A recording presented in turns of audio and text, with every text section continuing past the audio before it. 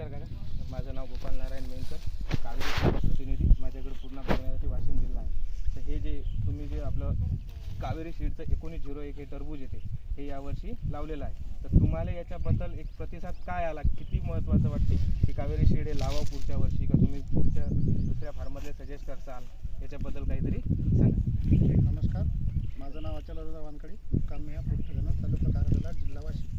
मी यावर्षी कावेरी सीडचं 1901 हे वाण लावलेलं आहे.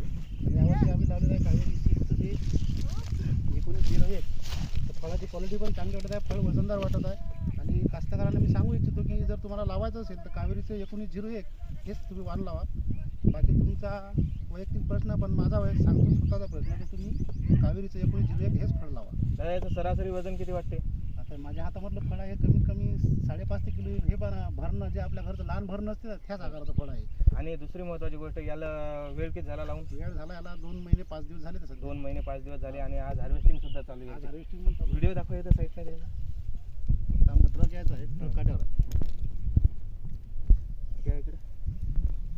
आता समजा पुढच्या वर्षी तुम्ही हेच लावणार का? पुढच्या वर्षी आम्ही 1901. आणि तुम्ही जर शेतकऱ्याला रिकमेंडेशन करसाल काय, दुसऱ्या शेतकऱ्याला सांगसाल ना? बिलकुल 1901 हेच वाण लावा तुम्ही. माझ्या चुलत भावाला पण चांगला माल निघाला. 11,000 झाला, त्याला 42 टन माल निघाला. त्याचं नाव सांगायचं काय? सत्यम अशोकराव वानकडे, त्याला मस्त माल निघाला. त्याला मस्त माल निघाला. त्याचं तोडणं झालेलं आहे, तर किती निघाला त्याला एकरी? त्यांना निघाला 11,000 झाडं लावलेत त्याने. 11,000 झाडाला 42 टन माल निघाला. आम्हीच तोडणार होतो. धन्यवाद.